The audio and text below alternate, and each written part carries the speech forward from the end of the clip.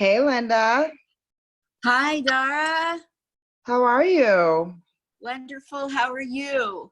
I am fantastic. Thank you so much for having me. I'm super excited. No problem. I'm so glad to have you. Tell me what you see right now. I see you on a screen, Perfect. and then I see the phone.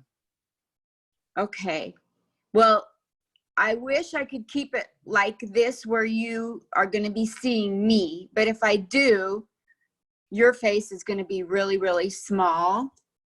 So I have to literally turn the phone around like this to my laptop.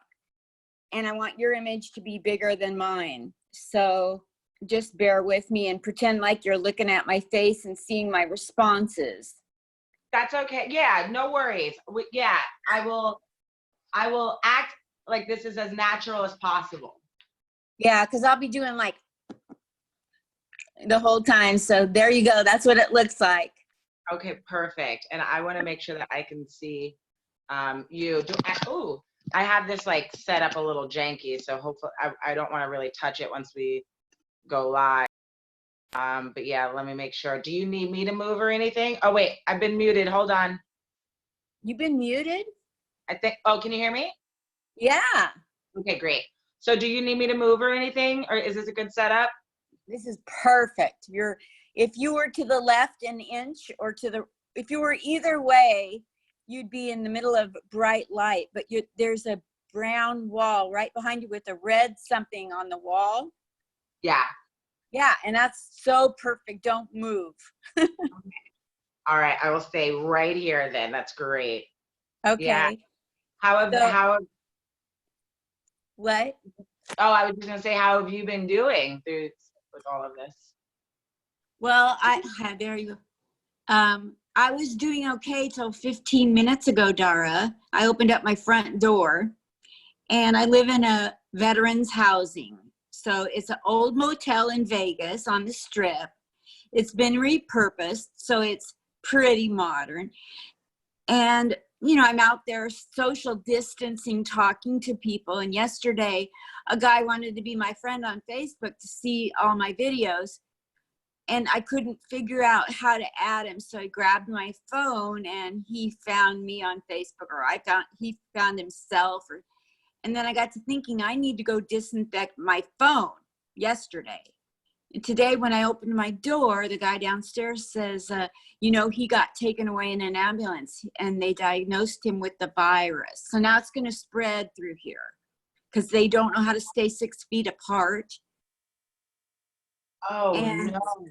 I'm not going out my door. The minute he touched my phone, I went in the office and I said, I don't understand how come these idiots won't quit getting too close to each other. Do you have any antibacterial, because they don't have any supplies here. So she got some out of her purse and I wiped my hands, my phone, everything down. So I got to use her stuff.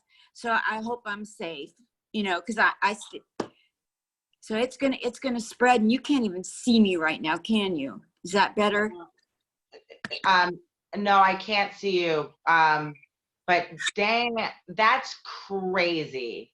Thank you. Like once these young people, nothing against you, but there is when you're young, you feel invincible going on. Yeah. And it's going to be deadly. It's a deadly game to play because, this virus, the stats out of New York, 20% weren't old. Yeah. So that's all I want to say. How are you doing? I'm good. Yeah. I have been one of those people who immediately started thinking about, other folks. Like I canceled my the birthday plans that I was going to do with my dad. That got, immediately on like the 15th, once I realized on the 12th that everything was like not looking good. So I've been staying in the house as much as possible. I did go out like a week ago and I had this makeshift mask on and I was like, I can't go back out without like a real mask. So I ordered one. It came yesterday. So I did just go out, but I had a mask. I had gloves. I had glasses. Um, Yes. I had a hat on. I made a disinfectant spray. So each time we come in the house, we spray each other down. We spray everything that came in the house. We wipe off all of the products. So we've been pretty diligent about it over here. Good. That's great. I'm so Yeah. glad. There's so much sadness coming out of New York. I know. And that's why I think that it's important for us to do things like this. So, you know, but it's hard. It's hard trying to be a real person and bring joy to the world when there's so much happening, you know, and how do you do it delicately, you know? Yes, yes. How do you So, be, like you don't want to seem calloused or oblivious, and yet we're made to bring joy, and who needs joy more than right now? exactly. Exactly. Oh, this is going to be such a great conversation. I can't wait. It's six I can't. o'clock. Let's do her. I'm gonna. Let's get her done. All right, you stay right there. I'm going to turn this screen to my Facebook, and don't you worry. Now, one thing is for sure, nobody can see this side-by-side screen live. It's we're doing it live, but it's going to get posted after. I'm having technical inabilities to make it live in the moment, so don't worry about it. It'll get there, I promise. All right. Once we get done, it'll be on Facebook. So they're just going to have to see it once we get off. All right. And I have a hard time holding the phone still, but I'm trying. I think I'm getting Parkinson's this week. Oh, no. I'm kidding. Okay, I'm going to go live on 3. You look so beautiful too, by the way. Thank you so much. You do too, now that I can see your face from behind the phone. Yeah, I got 4 comedy clubs that watch my videos, so turn on that Dara charm. And it's Dara Jemmott. Dara Jemmott. Dara Jemmott. Did I Yeah. say it right? Yep, that was it. Here we go. All right. See, my thumb is going to show up. Hey, Facebook. How we doing? It's still buffering. Hold on. I'm waiting for my signal to buffering headache. Any second. There. Hey, Facebook people.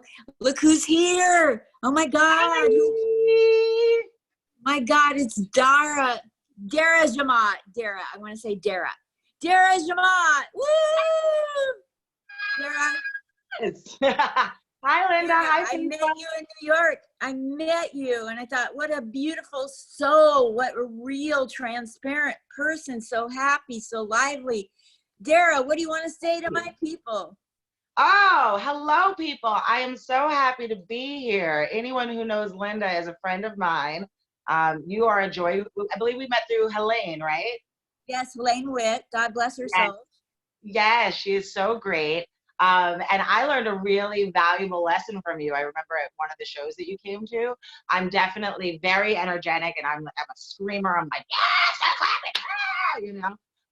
And we had a conversation after the show, and you said, you know, I was a little triggered, and I was like, oh my goodness, I never thought about that. Like, here I am thinking that this energy is like a good thing, you know, and it's like, I don't know.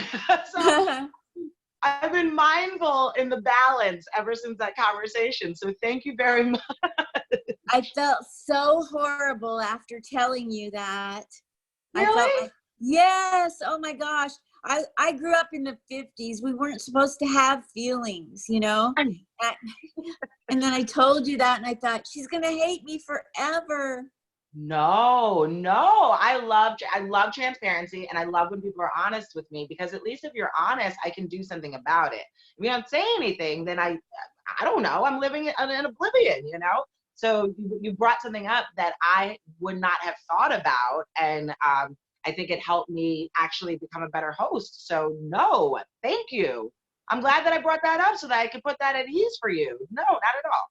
Thank you. You know, yeah, and screaming, when you scream around people that have post-traumatic stress disorder, you know, when you're loud and jarring, like that's how it comes across to us. We hear it 10 times as loud. You know, it's like a superpower, a bad superpower. But you know Yeah. what's fun? You know what's funny is that if they really cared about us veterans or people with PTSD, would they even call it trigger? You You know, know because what? Yeah, I call everything. I think everyone gets triggered, whether they realize it or not. But I wouldn't have thought it to be a bad thing. Why is trigger a bad thing? like it's a play on words, because like in the military there's guns, and like the word trigger could trigger. See, Linda, sorry, I'm screaming again, but every time we talk, I learned something. I become a better person. See, I was not making those connections at all. I know.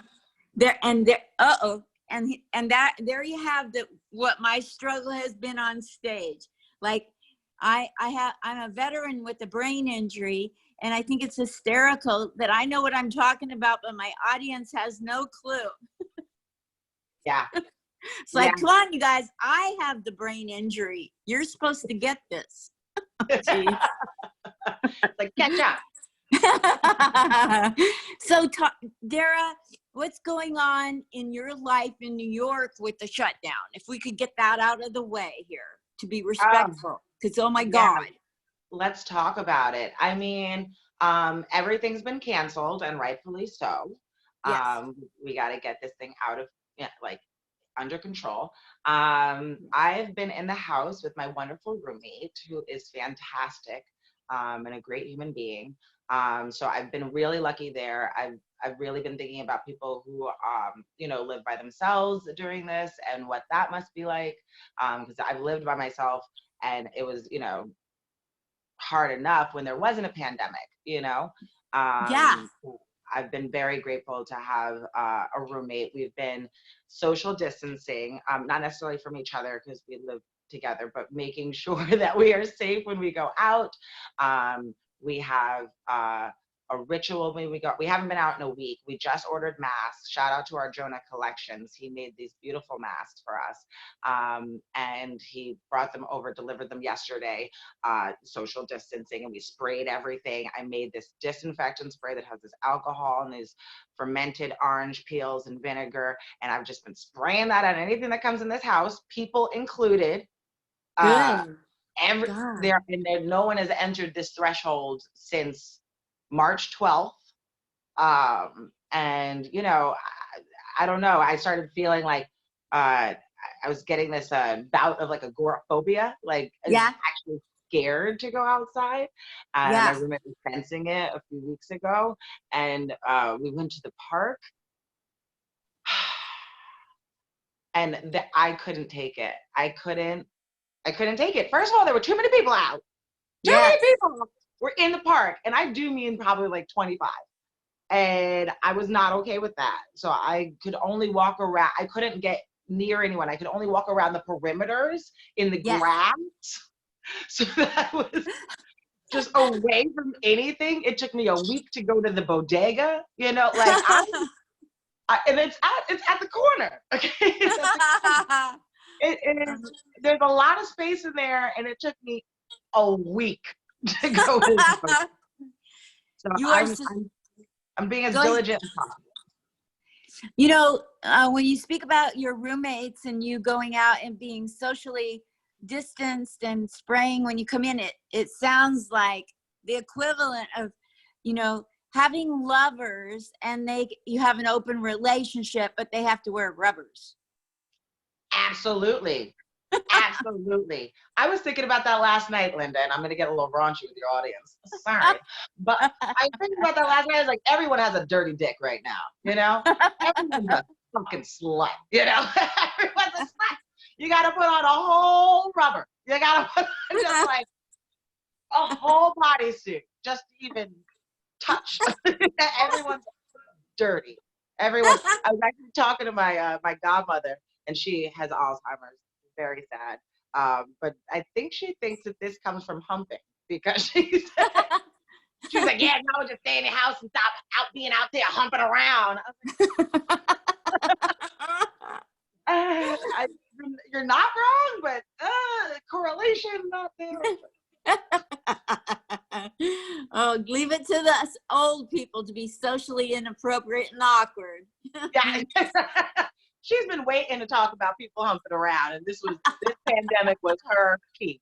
She said, "Oh, well, here's an opportunity to talk about people humping."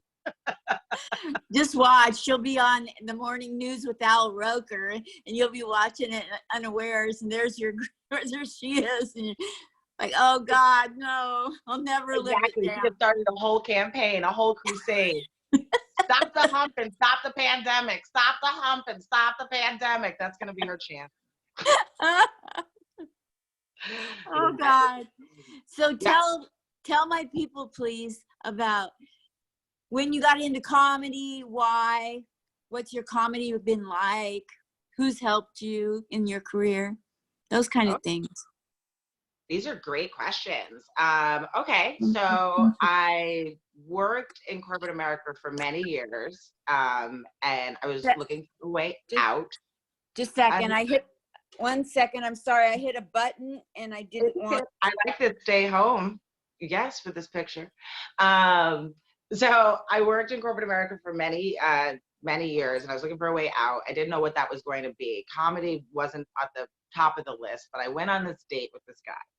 And he was doing very well, but I'm going to give you context of the date so you can just understand why I wasn't telling jokes. And comedy wasn't necessarily what I was thinking about doing at all. So it's May 19th, 2014, and that's Malcolm X's birthday. So we go to this event for Malcolm X, and at this event, it's my date's grandmother sitting next to me, and Malcolm X's daughters, all four of them, are sitting next to my date's grandmother. So just context, it's a serious situation, right? Okay, cool. So then he takes me to his job, which was nice. Again, also, I'm not just gonna, be telling dick jokes. It's a first date. I'm at a job. I'm just out next to your grandmother. Like, all right, I kind of can't be like me, me. Cool. So he had been listening, and he knew that I liked Mamoons, which is this falafel spot on McDougal. So we're walking up McDougal, and there's someone barking outside of the Grisly Pear. I wish I knew who it was, but we're walking past, and they said,